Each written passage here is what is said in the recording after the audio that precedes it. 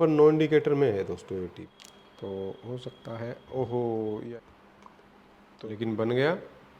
तो ये तो भैया जी वैसे ही ठीक हो गया, ये तो कुछ करना ही ना पड़ा इसके अंदर। तो आपके पास जब ऐसा कोई प्रॉब्लम आ जाए ना, तो आप एक काम करना, बस ये जो फॉल्ट मैं आपको सबसे पहले समझाऊंगा हमारे इस डायग्राम के माध्यम से, उसके बाद में आपको प्रैक्टिकल करके बताएंगे, ताकि आपकी जो जानकारी है उसमें कोई कमी ना रह जाए, आप अच्छे से सीख पाओ। तो आइए शुरू करते हैं। मेरे पास है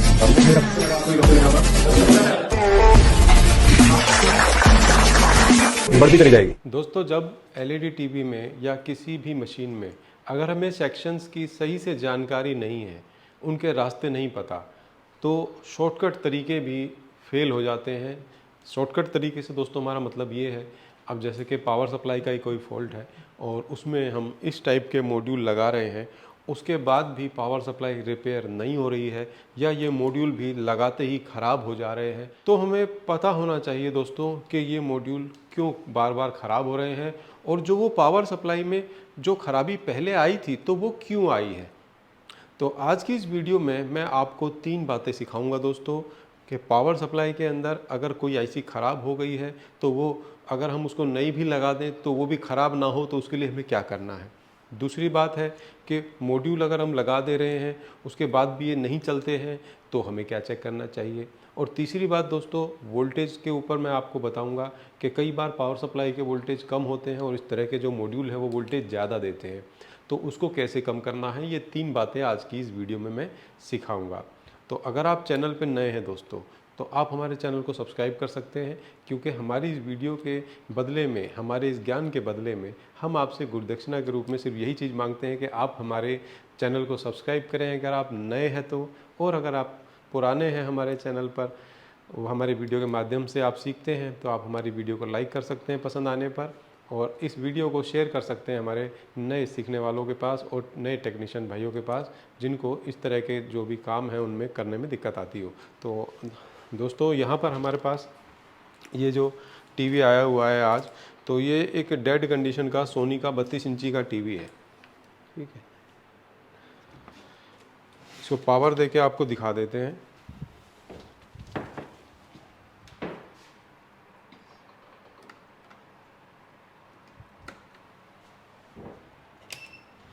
ये पावर हमने टीवी को दे दी है और यहाँ पर नो इंडिकेटर में है दोस्तों ये टीवी। जब ये आया था तो काफ़ी धूल मिट्टी इसके अंदर थी, तो उसको पहले साफ़ कर लिया हमने ब्लोअर से। फर्स्ट टाइम ये टीवी खुला है और डेड कंडीशन में है, तो पहले हमने इसका पावर सप्लाई को ही चेक किया कि भाई पावर सप्लाई में जो सबसे पहले वोल्टेज बनती है वो बन रही है या नहीं बन रही है दोस्तों। तो सबसे पहली वोल्टेज को हम बोलते हैं स्टैंड बाय वोल्टेज। जिस वोल्टेज से टीवी में जो इंडिकेटर लाइट होती है ना दोस्तों, जैसे आप यहाँ पे देख सकते हैं, किसी भी टीवी की तार को आप प्लग में लगाते हैं तो स्टैंड बाय वोल्टेज सबसे पहले बनती है, तो लाल बत्ती यहाँ पर ऑन हो जाती है, ठीक है। तो वो जो लाइट जलती है ना दोस्तों, वो पावर सप्लाई में जब स्टैंड बाय वोल्टेज बन रहा होता है ना तभी जलती है। तो यहाँ पर इसकी पावर सप्लाई को जब हमने चेक करा ना, तो स्टैंड बाय वोल्टेज भी यहाँ पर नहीं बन रही थी। तो आइए दोस्तों, अब देखते हैं कि इस पावर सप्लाई में क्या फॉल्ट मिलता है, और ये जो फॉल्ट मैं आपको सबसे पहले समझाऊंगा हमारे इस डायग्राम के माध्यम से, उसके बाद में आपको प्रैक्टिकल करके बताएंगे, ताकि आपकी जो जानकारी है उसमें कोई कमी ना रह जाए, आप अच्छे से सीख पाओ। तो आइए शुरू करते हैं। तो दोस्तों, यहाँ पर एक पीएफसी पावर सप्लाई का डायग्राम बनाया हुआ है, और ये पीएफसी पावर सप्लाई का साधारण डायग्राम है, ये कोई सिमेटिक डायग्राम नहीं है। सिमेटिक डायग्राम दोस्तों वो होता है जो किसी खास पावर सप्लाई के बारे में ही होता है, लेकिन ये जो डायग्राम आप देख रहे हैं दुनिया की सभी पीएफसी पावर सप्लाई में जो रास्ता, जो कनेक्शन होते हैं, ये वैसा डायग्राम है। मतलब ये समझ के चलो दुनिया की सारी पीएफसी पावर सप्लाई का डायग्राम है। तो इस पावर सप्लाई के अंदर 3 भाग होते हैं, फर्स्ट, सेकेंड और थर्ड। फर्स्ट, सेकंड और थर्ड भाग के बारे में अगर आप नहीं जानते हैं तो एक वीडियो का लिंक मैं आपको दे दूंगा, जो कि डिस्क्रिप्शन में मैं डाल दूंगा, तो वहाँ जाके आप देख सकते हैं। तो आपको पीएफसी पावर सप्लाई का फर्स्ट, सेकंड, थर्ड सेक्शन को भी जो है मैंने एक्सप्लेन किया हुआ है, वो आप समझ सकते हैं। तो दोस्तों, जो इस सप्लाई के अंदर प्रॉब्लम है, जो टीवी में प्रॉब्लम है, वो है फर्स्ट सेक्शन के अंदर। क्योंकि जब इस पीएफसी पावर सप्लाई को पावर दिया जाता है, तो पावर देने के तुरंत बाद सबसे पहले जो सेक्शन काम करता है वो करता है फर्स्ट सेक्शन। इसका काम होता है मेन मदरबोर्ड। दोस्तों, ये मेन बोर्ड है, ठीक है। इसको चलाने के लिए सबसे पहला stand by voltage banana. Stand by voltage 3.3 volt भी होता है और किसी में 5 वोल्ट भी होता है। ठीक है, ये जो सप्लाई आप देख रहे हैं इसमें स्टैंड बाई वोल्टेज है 3.3। ठीक है, तो मैं आपको इसमें भी दिखा देता हूँ। देखिए दोस्तों, ये मेन बोर्ड है, ये पावर सप्लाई है और ये इसका छोटा ट्रांसफार्मर आप देख रहे हैं ना, ये इसका फर्स्ट सेक्शन है जहाँ से स्टैंड बाई वोल्टेज बन करके इस बोर्ड को मिलेगा, जिसकी वजह से इधर दिखाओ, यहाँ पर जो पीसीबी देख रहे हैं इसमें स्टैंड बाई लाइट है जो ऑन हो जाएगी। ठीक है, तो ये फिलहाल 3.3 आप यहाँ दिखाना ज़रा, ये जो है ना दोस्तों यहाँ पे आप देख सकते हैं, तो इस कनेक्टर पे 3.3 लिखा हुआ है, स्टैंड बाई 3.3। ठीक है, ये लिखा हुआ है, तो ये स्टैंड बाई 3.3 है।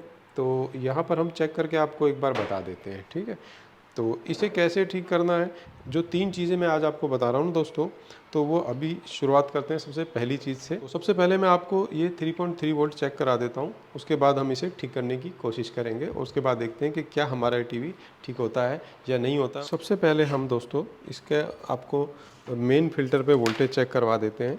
तो मीटर को कर दिया हमने डीसी वोल्टेज पे और ये होता है दोस्तों मेन फिल्टर कैपेसिटर। और अब हम सबसे पहले आपको मेन फिल्टर कैपेसिटर पे वोल्टेज चेक करा देते हैं। तो यहाँ पर वोल्टेज नहीं आ रहा है, तो मैं पावर ऑन नहीं किया था, तो अब मैं आपको दिखा देता हूँ। ये आप देख सकते हैं दोस्तों 320 वोल्ट के करीब यहाँ पर आ रहा है।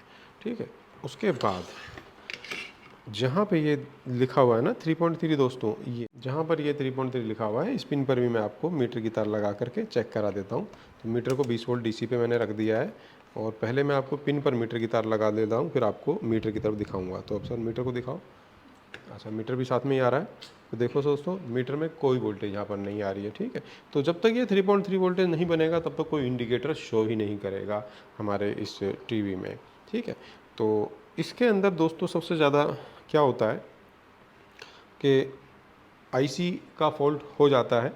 ठीक है, और उससे पहले एक चीज़ और मैं आपको बताऊं दोस्तों कि चलिए हम ये आईसी बदल भी दें। ठीक है, और चलिए और हम ये जो है ना कोई भी मॉड्यूल लगा करके आईसी ना मिले तो ये मॉड्यूल लगाकर हम इसे ठीक भी कर दें। तो ये मॉड्यूल लगाने से भी दोस्तों काम नहीं बनता है। क्यों नहीं बनता है? क्योंकि हमें अगर सेक्शन की सही जानकारी नहीं है ना, हमें पूरे रास्ते ट्रैक का नहीं पता है ना, तब हम मॉड्यूल भी नहीं लगा पाएंगे। तो मैं आपको बता दूं दोस्तों, इसके अंदर सबसे पहले हमने क्या चेक करना है। ठीक है, और इस मॉड्यूल को लगाना कैसे है ये डायग्राम के माध्यम से बताऊंगा, उसके हिसाब से प्रैक्टिकल भी कराऊंगा, और जब ये नहीं चलेगा तो क्यों नहीं चलेगा वो भी मैं आपको बताऊंगा। तो ये दोस्तों है हमारा मेन फिल्टर कैपेसिटर। 2 पिन होती हैं, एक प्लस और एक माइनस। ये हमारा फर्स्ट सेक्शन जो छोटा ट्रांसफार्मर मैंने आपको भी दिखाया था। तो मेन फिल्टर कैपेसिटर से जो ये ट्रैक आप देख रहे हैं, ये इस छोटे ट्रांसफार्मर की प्राइमरी कॉइल से होता हुआ सेकेंडरी कॉइल से निकलकर एक इस आईसी में चला जाता है, जो आईसी अभी आपको मैंने दिखाई थी। ठीक है, तो सबसे पहले हमें दोस्तों यही चेक करना पड़ेगा कि मेन फिल्टर कैपेसिटर से जो ये रास्ता आ रहा है ट्रांसफार्मर तक और आईसी तक, ये रास्ता ठीक है या नहीं है। इस डायग्राम में तो हमने सीधा दिखा दिया आपको ट्रैक, लेकिन जो सप्लाई है उसमें क्या पता कंपनी ने कोई फ्यूज़ लगा दिया हो, कोई जंपर लगा दिया हो, कोई रेजिस्टेंस लगा दिया हो, वो अगर ख़राब हो गया हो तब भी तो ये सेक्शन काम नहीं करेगा, क्योंकि यहाँ पर जो भी वोल्टेज है वो इसी रास्ते से आकर के इस आईसी को मिलेगी, और जब ये आईसी काम करेगी तभी उसके बाद स्टैंड बाई वोल्टेज बनेगी। ठीक है, तो मैं आपको सबसे पहले यहाँ से लेके यहाँ तक का रास्ता टेस्ट कराऊंगा दोस्तों इस पावर सप्लाई के अंदर। दोस्तों आप यहाँ देख सकते हैं जो डायग्राम मैंने अभी आपको बोर्ड पे दिखाया था वही डायग्राम यहाँ पर भी है। तो मैं आपको सबसे पहले चेक कराऊंगा ये वाला रास्ता जो मेन फिल्टर के पॉजिटिव से लेकर के छोटे ट्रांसफार्मर से होकर के आईसी में जाता है। तो ये हमारा मेन फिल्टर कैपेसिटर हो गया दोस्तों, और ये हमारा छोटा ट्रांसफार्मर हो गया। हमें इस फिल्टर कैपेसिटर की पॉजिटिव पिन पर मीटर की एक तार लगानी है और दूसरी तार से देखना है कि क्या यहाँ तक ये रास्ता प्रॉपर सही है या नहीं है। तो सबसे पहले ले लीजिए मीटर, कर दो उस पर वो बजर पे, उसके बाद चेक कर लो कि भैया बजर वगैरह सही काम कर रहा है नहीं कर रहा है, मीटर हमारी तारें सही है या नहीं है। चेक करने के बाद अब फिल्टर कंडेंसर के पॉजिटिव पिन को पकड़ लो, ये है पॉजिटिव पिन, और भैया ये है छोटा ट्रांसफार्मर। तो अब हमें इधर से इधर जाना है। तो ये छोटा ट्रांसफार्मर ये हमारा पॉजिटिव पे एक तार रख लिया, और यहाँ से आप ये रास्ता देख रहे हैं, ये साफ साफ दिख रहा है ना, हाँ पास पास ले आया करो ना आप। उसके बाद ये जो रास्ता आप दोस्तों देख रहे हैं, यहाँ से आप ये लाइन देख रहे होंगे, ये लाइन दिख रहे हैं। उसके बाद यहाँ पर है, अभी बजर आया था, ये कोई बजर नहीं आ रहा है, ये दोस्तों ये ट्रांसफार्मर पे हम आ चुके हैं, लेकिन यहाँ से इधर इधर तो बजर आ रहा है, लेकिन यहाँ पर बजर नहीं आ रहा है दोस्तों। तो ये जो चीज़ क्या है लगी हुई है वो आप यहाँ देख सकते हैं दोस्तों, ये क्या है। तो ये है 10 ओम का रेजिस्टेंस जो कि ख़राब हो चुका है, जिसकी वजह से ये जो वोल्टेज है, वोल्टेज का जो रास्ता है ब्रेक हो गया है। तो इस कारण बस हो सकता है कि ये सप्लाई काम ना कर रही हो। और एक बात और बता दूं आपको मैं कि ये जो जंपर जैसे रेजिस्टेंस हैं ये सेफ्टी के लिए लगाए गए होते हैं। ऐसा भी हो सकता है कि आईसी शॉर्ट हो गई हो जिसकी वजह से ये भी ओपन हो गया हो, ठीक है। तो पहले हम ऐसा करते हैं, इसको जंपर मार के देखते हैं कि ये चल जाता है तो ठीक है, नहीं चलता है तो फिर हम इसका कुछ और इलाज करेंगे। तो सबसे पहले तो हम इस पर जंपर ही मार के देख लेते हैं, क्योंकि दोस्तों ये जो रास्ता है ना, अब देखो ज़रा डायग्राम में, ये जो रास्ता है ना ये यहाँ से ब्रेक है। वो जो जंपर दिखाया था मैंने आपको 10 ओम का, वो ब्रेक है, वो यहाँ तक नहीं पहुँच पा रहा है कनेक्शन को। तो चलिए हम सबसे पहले एक काम करते हैं, ज़रा जंपर ही लगा देते हैं। जंपर हम यूज़ करते हैं बहुत पतली वायर, क्योंकि मोटी वायर हम यूज़ करेंगे तो कहीं ऐसा ना हो कि कोई ख़राबी ज़्यादा हो जाए इसमें पावर देने के बाद। तो देखिए यहाँ पर हमने एक जोड़ दिया तार, और इसका दूसरा सिरा हमने जोड़ दिया दूसरी जगह पे दूसरी तरफ, और इस जंपर को देंगे अब हम इसको तोड़ देंगे। उसके बाद आप यहाँ देख सकते हो ये जंपर, दिखाना ज़रा पास में दिखाओ, लाके अच्छे से दिखना चाहिए। ये जो जंपर लगा दिया हमने, उसके बाद अब आपको बता देते हैं कि अब ये रास्ता हमने कर दिया है ठीक। और अगर बजर की आवाज़ आप सुन पा रहे हो तो दोस्तों ये बजर की आवाज़ आ रही है, और अब यहाँ पर भी आएगी। उसके बाद ये रास्ता आप देख रहे हो यहाँ आ गया ट्रांसफार्मर में।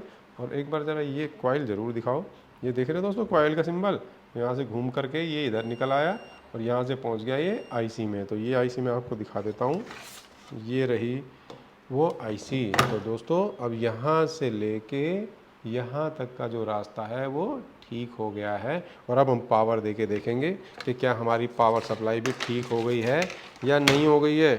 लो जी, पावर हमने दे दी है, मीटर को कर दिया डीसी वोल्टेज पे, और हम डायरेक्ट ही अब चेक कर लेंगे 3.3 जिस पिन पे लिखा है ना उस पिन पे। तो मीटर की एक तार लगा दी हमने ग्राउंड पे, दूसरी तार 3.3।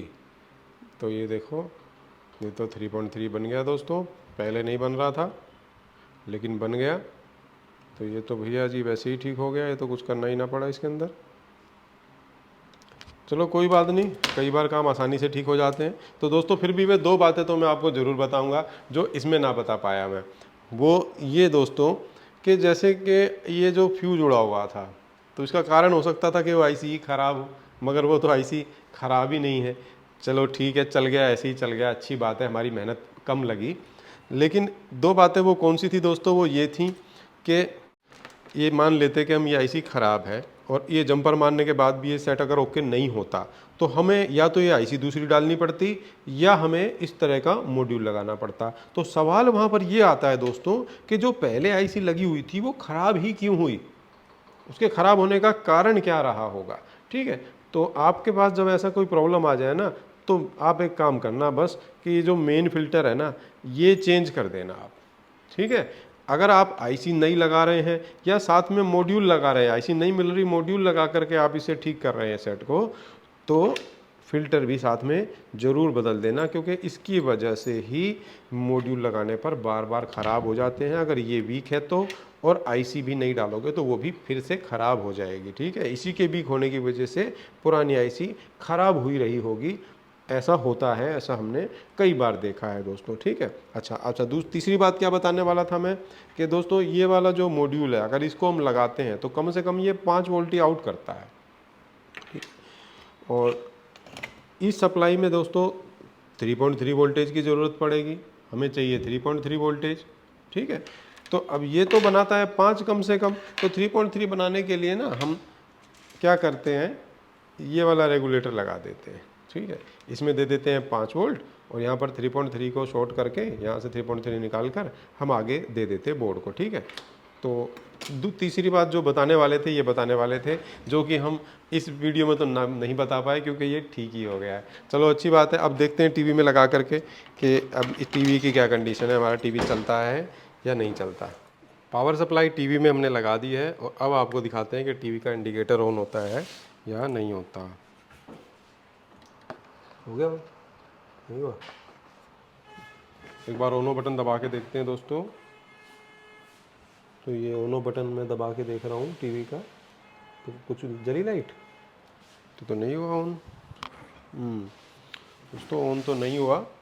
और जब ऑन होता है ना दोस्तों तो यहाँ पर भी जो बैकलाइट है ना ये भी ऑन हो जाती हैं बैकलाइट। तो चलिए देखते हैं एक बार इसका 3.3 वोल्टेज बन रहा है या नहीं बन रहा। तार लगा दी हमने ग्राउंड पे, दूसरी तार हम लगा देंगे 3.3, ये वाइट वाली वायर पे आ रहा है। देखो एक बार मीटर दिखाओ दोस्तों, मीटर में आप देख सकते हो। और एक बार यहाँ दिखाओ मैंने तार कहाँ लगाई हुई है। ठीक है, तो दोस्तों यहाँ पर वोल्टेज प्रॉपर आ रही है बोर्ड के अंदर, लेकिन टीवी में इंडिकेटर अभी भी ऑन नहीं हो रहा। तो ये तो और चेक करना पड़ेगा कि क्या दिक्कत है। तो दोस्तों अब इसके अंदर अब हम क्या करेंगे, एक बार पावर सप्लाई को वापस बाहर निकाल के और अब हम इसको वैसे ही चेक करेंगे। मैं आपको बताता हूँ इस पावर सप्लाई को हम कैसे चेक करते हैं कि कहीं पावर सप्लाई में तो कमी नहीं है। तो चलिए आपको ये दिखा देते हैं। अब इस पावर सप्लाई को प्रॉपर चेक करना है, उसके लिए अब हम क्या करेंगे कि ये जो स्टैंड बाय 3.3 वोल्ट की पिन है उसको, जो पावर ऑन वाला पिन है, पावर ऑन ये आप देख सकते हैं, इससे शॉर्ट करके ये चेक करेंगे कि ये पावर सप्लाई के जो दूसरे सेक्शन है जैसे सेकंड सेक्शन और थर्ड सेक्शन ये काम कर रहे हैं या नहीं कर रहे हैं। दोस्तों देखो थर्ड सेक्शन का काम है 12 वोल्ट बनाना और 24 वोल्ट बनाना। ये आप देख पा रहे होंगे दोस्तों 24 वोल्ट्स, ठीक है। और 12 वोल्ट जो है यहाँ पर इस कनेक्टर पे देखते हैं, ये 12 वोल्ट, ठीक है। तो एक बार ज़रा पावर देकर ये भी चेक कर लेते हैं। अगर ये वोल्ट नहीं बन रहे होंगे ना दोस्तों तब भी पावर सप्लाई ऑन नहीं होती और सेट ऑन नहीं होता है दोस्तों। ऐसा कई बार फॉल्ट एक आता है, लेकिन करना ज़्यादा फॉल्ट ठीक कर पड़ जाते हैं कई बार हमें ना। मतलब एक फॉल्ट के लिए टीवी आया और उसके बाद हमें थोड़ी और मेहनत करनी पड़ जाती है। कई बार एक फॉल्ट ठीक कर दिया उसके बाद दूसरे भी करने पड़ते हैं, टेस्ट करना पड़ता है उसको।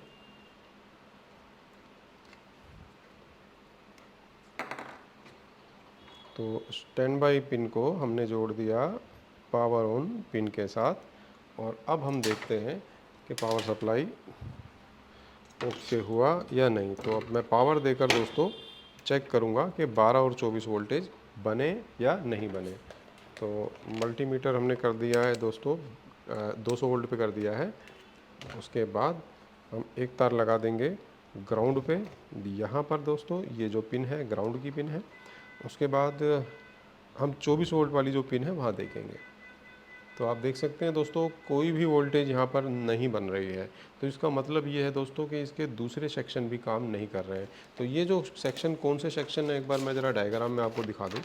दोस्तों हमने अभी जो वोल्टेज चेक कराई आपको वो चेक कराई 24 और 12, ठीक है। तो ये 12 और 24 बनाने का काम इस सेक्शन का है, थर्ड सेक्शन का। अच्छा, एक सेकंड सेक्शन भी होता है जिसका काम होता है बूस्ट वोल्टेज बनाना, ठीक है। तो मेन फिल्टर कैपेसिटर पे 330 वोल्ट के आसपास होता है, लेकिन जब पावर सप्लाई ऑन होती है ना दोस्तों तो यहाँ 400 वोल्ट हो जाता है।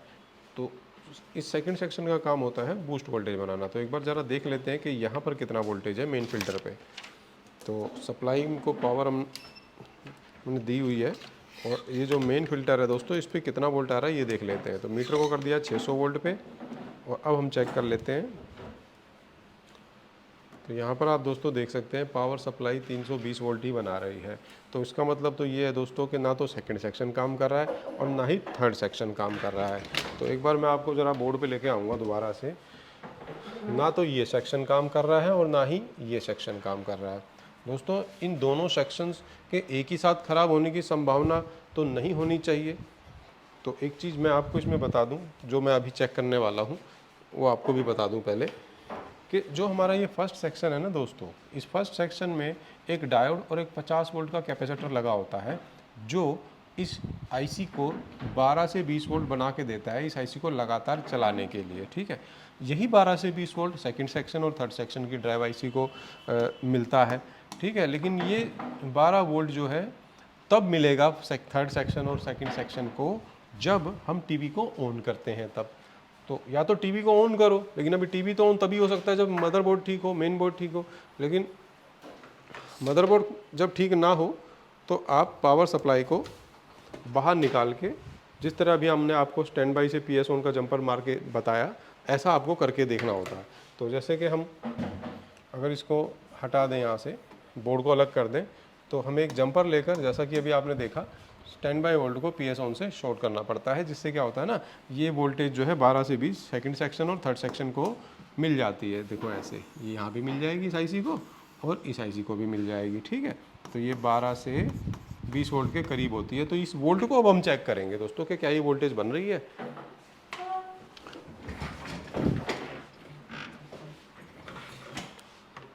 तो इस वोल्टेज के लिए लगा हुआ होता है एक डायोड। तो आप यहाँ एक देख सकते हैं, एक डायोड ये लगा है, एक डायोड ये लगा है, और ठीक है, और एक फ़िल्टर ये लगा है, एक फ़िल्टर ये लगा हुआ है। एक बार ज़रा चेक कर लेते हैं कौन सा वाला इस डायोड के साथ जुड़ा हुआ है फ़िल्टर। तो यहाँ पर वोल्टेज चेक कराएंगे हम आपको इस 50 वोल्ट के फ़िल्टर पे, जहाँ डायोड और फ़िल्टर लगा हुआ है, ठीक है। दोस्तों डायोड का सिंबल तो आप यहाँ देख ही सकते हैं, ये रहा वो डायोड का सिंबल, ठीक है। उसका ट्रैक देख सकते हो आप, जा रहा है एक फ़िल्टर कंडेंसर में, इसका पॉजिटिव यहाँ पर है। मैं पीछे से अगर आपको दिखाऊँ तो दोस्तों ये वो फ़िल्टर है, ठीक है। तो यहाँ पर कितना वोल्टेज आ रहा है एक बार हम चेक कर लेते हैं। पावर सप्लाई को पावर दे दी है हमने, और ज़रा मेन फ़िल्टर में मैं एक बार वोल्टेज चेक करा दूँगा आपको। मेन फ़िल्टर पे आ रही है 315, और उसके बाद मेन फ़िल्टर के ही नेगेटिव पे आप ग्राउंड ब्लैक वायर रख लें, और रेड वायर से हम देख लेंगे यहाँ पर कितना वोल्ट आ रहा है इस डायोड पर।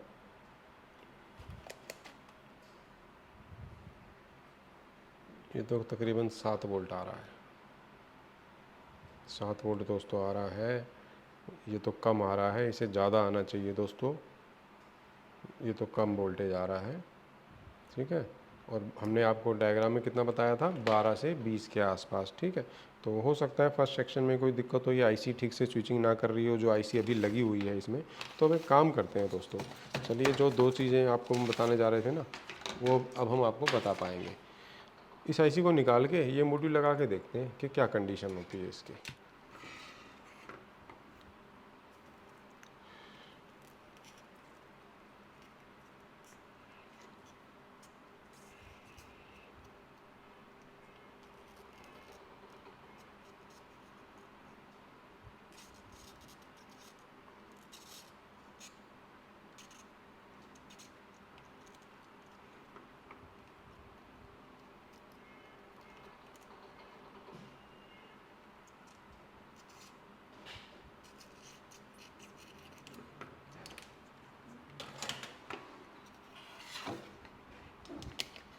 ये आईसी हमने निकाल लिए दोस्तों। अब ये मॉड्यूल लगा के देखते हैं। इसकी ब्लैक वायर मेन फ़िल्टर के नेगेटिव पे लगाना होता है, रेड वायर लगाना होता है ड्रेन की जगह पर आईसी निकाल कर, ठीक है दोस्तों। मैं आपको बता देता हूँ, देखो इसमें बता देता हूँ। आईसी को निकाल दो, और ये जो पिन है ना इधर ट्रांसफार्मर की प्राइमरी कॉइल के पहले सिरे पर तो मेन फ़िल्टर से कनेक्शन आ रहा हुआ है, इसी के दूसरे सिरे पर हमें लगानी है रेड वायर, आईसी को निकाल देना है, ठीक है। ब्लैक वायर हमने यहाँ लगा दी है। ब्लू और येलो में लगानी है। सेकेंडरी में एक डायोड मिलेगा इसी ट्रांसफार्मर की सेकेंडरी कॉइल से जुड़ा हुआ, उसके पॉजिटिव पर, और नेगेटिव आपको ब्लू वायर के ग्राउंड पे, ग्राउंड वायर जो है ग्राउंड पे आपको लगाना है ब्लू वायर। तो इस तरफ तो आप लगा दो ब्लू वायर ग्राउंड पे, उसके बाद ये लगा दो आप। ये डायोड मैं आपको दिखाना चाह रहा हूँ दोस्तों कि ये डायोड जो है, यहाँ पे आप दिखाना ज़रा सिंबल एक बार डायोड का, ये जो आप देख रहे हैं ना इसके पॉजिटिव पे। लेकिन दोस्तों समस्या ये है, प्रॉब्लम ये है कि ये जो मॉड्यूल है 5 वोल्ट बनाता है।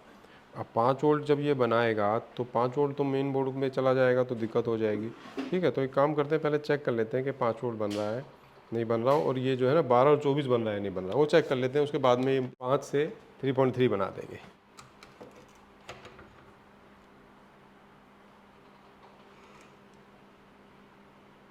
ये आप देख सकते हैं दोस्तों, पहले 3.3 बन रहा था, अब बन रहा है 4.5, 1 वोल्ट से थोड़ा ज़्यादा बन रहा है, एक्स्ट्रा बन रहा है, ठीक है।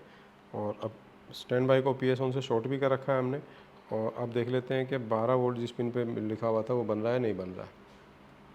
तो दोस्तों 12 वोल्ट भी यहाँ पर नहीं बन रहा है, 12 भी नहीं बन रहा है, तो मतलब ख़राबी यहाँ पर कुछ और है। और अब हम देखेंगे ये जो है कितना वोल्ट यहाँ पे बन रहा है। देखो अब यहाँ पर देखो कितना वोल्ट बन रहा है दोस्तों, ज़्यादा वोल्ट बन रहा है ना। पहले यहाँ पे कितना बन रहा था, अब तो करीबन 12 के करीब बन रहा है, पहले यहाँ पे कम वोल्ट बन रहा था। चलिए अब 24 वोल्ट चेक करते हैं कि 24 वोल्ट बन रहा है नहीं बन रहा।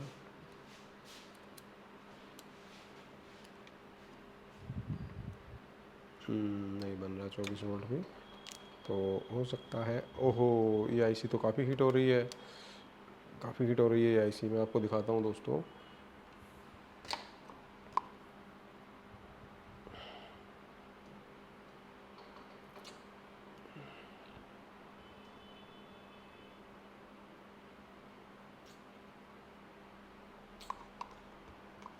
तो दोस्तों ये आईसी भी ख़राब है, इस वजह से ये प्रॉब्लम आ रही है। तो अब हम ये आईसी भी चेंज करेंगे तब जाके पावर सप्लाई ठीक होगी, या फिर इसके अंदर सेकंड सेक्शन और थर्ड सेक्शन के भी मॉड्यूल इसमें लगाने पड़ेंगे तब ये ठीक होगा। तो चलिए दोस्तों, मैं आपको ये आईसी बदलने के बाद दिखाऊंगा ये वीडियो। दोस्तों अभी थोड़ी देर पहले आपने देखा कि ये आईसी हीट हो रही थी, पेस्ट डाल के हमने आपको दिखाया, काफ़ी ज़बरदस्त हीट हो रही थी, मतलब आईसी शॉर्ट थी जिसकी वजह से वोल्टेज ड्रॉप हो रही थी। ठीक है, जो हमने आपको बताई थी 12 से 20 वोल्ट। तो हमने क्या किया दोस्तों, हमारे पास एक ख़राब सप्लाई पड़ी हुई थी ये वाली। ठीक है, मार्केट से तो मिल ही जाती है वैसे आईसी। तो हमने क्या किया दोस्तों, इसकी आईसी निकाल दी और इसका आईसी निकाल के हमने, आप यहाँ देख सकते हैं, इसमें हमने लगा दिया है। ठीक है, तो अब मैं आपको चेक कराता हूँ दोस्तों कि इसकी क्या कंडीशन है। तो यहाँ पर आप देख सकते हैं स्टैंड बाई को PS ऑन से हमने पहले ही शॉर्ट कर दिया है। ठीक है, अच्छा एक चीज़ और मैं बता दूं आपको जो हमने किया है दोस्तों, ये मॉड्यूल हमने हटा दिया है और जो आईसी इसका निकला था ना दोस्तों, पहले हमने आपको निकाल के वो मॉड्यूल लगा के बताया था जिससे आपने 4.5 वोल्ट देखा था। तो हमने क्या किया कि वो आईसी वापस लगा दिया, जो है इसका पहले जो आईसी लगा हुआ था ना उसको वापस लगा दिया, जो कि 3.3 जो बना रहा था। ठीक है, और इसको आईसी बदलने के बाद हमने जब वोल्टेज चेक किया तो यहाँ पर वोल्टेज हमारे, अब आपको भी दिखा देते हैं कि कैसे जो है आ रहे हैं। तो सबसे पहले आपको 3.3 दिखा देते हैं दोस्तों। अब ये पावर दे देते हैं पहले टीवी को, ये पावर दे दिया। अब आप देख सकते हो ये 3.3 के करीब यहाँ आ रहा है। और अब मैं आपको दोस्तों दिखा देता हूँ, जहाँ 24 वोल्ट लिखा हुआ था दोस्तों, तो आप देख सकते हैं वहाँ 25 के करीब वोल्टेज जो है आ रही है। और जहाँ पे 12 वोल्ट आनी चाहिए थी, तो वहाँ पर भी मैं आपको दिखा देता हूँ कितनी वोल्टेज आ रही है जो है। 12 वोल्ट जो है यहाँ पे, ये आप देख सकते हैं दोस्तों, 12 वोल्ट भी जो है आ गई है। अब पावर सप्लाई तो हमारी ओके हो गई है। और अब ये देखेंगे कि टीवी हमारा ओके हुआ है नहीं, इस पावर सप्लाई को लगा के टीवी ओके होता है नहीं, एक बार ये ज़रूर दोस्तों एक बार देख लेते हैं, क्योंकि काफ़ी मेहनत हो गई है इस पावर सप्लाई के अंदर। ये LVDS कनेक्टर निकल गया है, इसका लगा देते हैं वापस। और अब एक बार पावर दे के चेक करते हैं।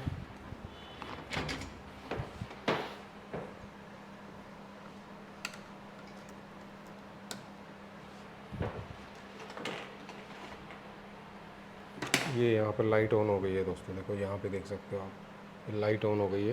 एक बार स्क्रीन भी देख लेते हैं आ रही है नहीं आ रही है। आ गई डिस्प्ले नहीं आई, इंडिकेटर लाइट आ गई, डिस्प्ले नहीं आई। ये दिखाओ, नहीं आई डिस्प्ले दोस्तों, डिस्प्ले भी नहीं आ रही इसकी तो डिस्प्ले भी नहीं आ रही है, लेकिन पावर सप्लाई ठीक हो गई है। तो डिस्प्ले ना आने का कारण हो सकता है दोस्तों, काफ़ी दिनों से टीवी बंद पड़ा हुआ था, कार्बन वगैरह आ गया हो। तो एक बार LVDS केबल वगैरह साफ ऑफ करके एक बार आपको दोबारा दिखाते हैं दोस्तों। तो टीवी को कर देते हैं ऑफ, LVDS केबल निकालते हैं दोनों तरफ से। और आप देख सकते हैं दोस्तों यहाँ पर कार्बन तो इसमें है, साफ करके देख लेते हैं।